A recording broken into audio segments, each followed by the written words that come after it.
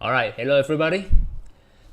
After you have decided what niches to go after, or you have already had a design in mind, we would go to the next phase, which is market and competition analysis.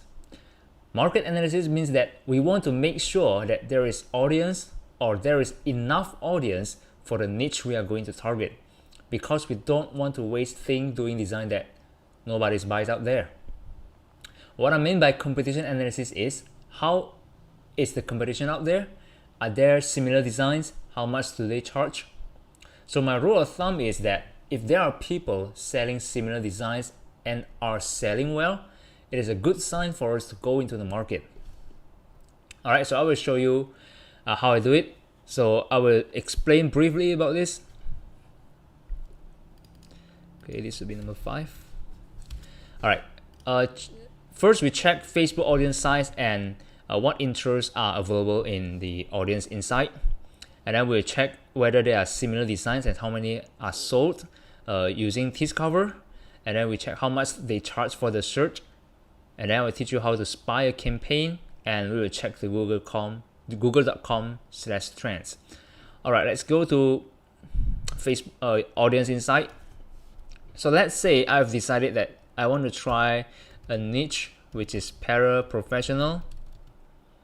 Okay, so for niches like nurse, teacher, firefighter, we know already that there are many buyers in this niche.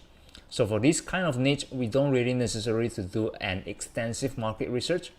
It's just a matter of launching the right design at the right time and to the right people. So it is more of design and targeting problem. But for niches like paraprofessional, which is not that big, we need to check the market first. So like for example, let's go to audience insight, and then I will type paraprofessional. Alright, so let's choose this paraprofessional.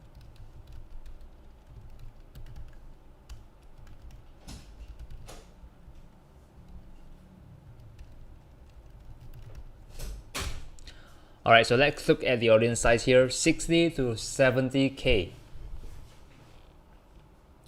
So I think it is enough for us to start with. Well, with audience like this, you can expect the scale to sell thousands, but a good design might bring you tens of sales with this size of audience. Or maybe if the design is really good, you can sell to hundreds. So if the audience size is 100,000, you can expect to have hundreds of sales, and if there are millions of audience, you can expect to sell thousands. So this is only estimation. Your real result, of course, will depend on how good your design and how good your targeting is. What we want to do next is to find the interest here provided by audience insight. Okay, there's not many pages that related to paraprofessional. Okay, let's take another example. Wing Chun, for example. Alright, so this is not a common niche on Teespring. For you who do not know what is Wing Chun, it is a martial art that Bruce Lee first learned in his young age in Hong Kong before moving to America. So let's choose this Wing Chun, 350K to 400K. Alright, let's choose Wing Chun film, Wing Chun. This is another way to spell Wing Chun. Alright, let's look at the page like. So these are the interests that we can add for our targeting. So let's try this one, Wing Chun Illustrated magazine. So we assume that people who read this magazine is a Wing Chun practitioner. Alright, so I will talk more about this in the targeting videos, but at this moment we just want to make sure that there is enough audience for this niche. Alright, so let's go back to paraprofessional. Okay, so our conclusion here is that this size of audience is enough for us to start with.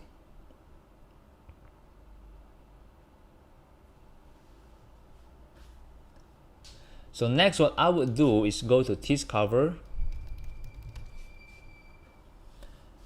I want to see if there were people selling to this niche before. Right, so I would just type in paraprofessional here, search. All right, so look at this. So there are 2 designs that ever sold in Teespring. Maybe more, but these 2 are listed in Discover. I usually would expect seeing at least there is one campaign that sold 50 above before deciding to go to any niche.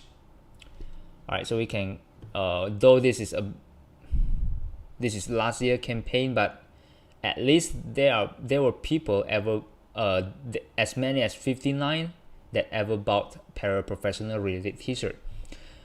Let's click on this one. So let's see what is the exact sales. All right, look at this one. 104 were sold in the original campaign, so even more than the one that shows up in Discover. So with 30 to 40k audience, this design can sell to 104. So this is a good sign that if you can come up with a good design, you can also sell hundreds. So from our analysis results, I think it is good to enter this niche.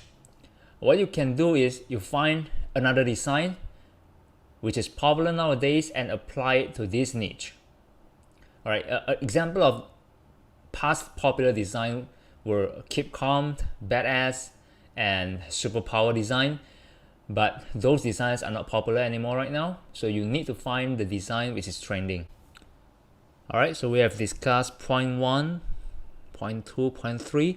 So now number 4 is how to spy a campaign. So I will show you what I do to spy a campaign, why I do it. So let's take this example. Several weeks ago, when I was looking for a niche on Pinterest, I came across this design. I think it was interesting. At that time, it had only sold 2 to 3 shirts, and I had still no idea how far it would go. What I did was I note down this campaign, I note down the link, and check the sales every day. So it's like you are spying on this campaign. So you write down how many shirts it sold today, and then the next day you check how many increase are there in the sales. If it increases a lot in one day, then you know that this idea is selling. Then you can decide whether you want to use the same phrase, because I'm sure this phrase is not a trademark. So you can create a better design out of it and compete with this guy here. Or you want to change it, you can change the gardening, you can change the tomatoes and use it for other niches. If you want to know how much it is selling today, let me show you the number here. So look, this is how many they have sold today, 155. Right, so you can check their price here. If you want to launch this design, you can compete with their price if you want. So this is an example of how to spy on a campaign. Of course, I do not mean that you can copy exactly this design, because Teespring will take down your campaign. What I mean is that you can create another design using the same phrase. All right, the last one is how to check on Google Trends. So let's take my Pi Day design as an example. Before I decided to enter this niche, I went to Google Trends and checked how it was going. So google.com/trends. All right, then you type in Pi Day. So look at the graph here. You see the pattern. I know that this is a huge and consistent celebration every year. So there are definitely buyers in this niche. Then I would double check using Discover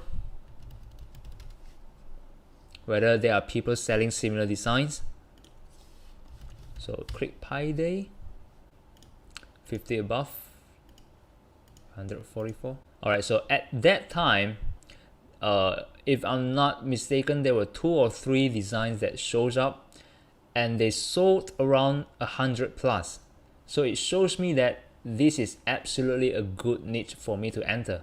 That time it was January, so I think, okay, I still got time to launch the design. So I just needed to create a better design and enter this market. All right, then I will check audience insight. Then let's see Pi Day interest here.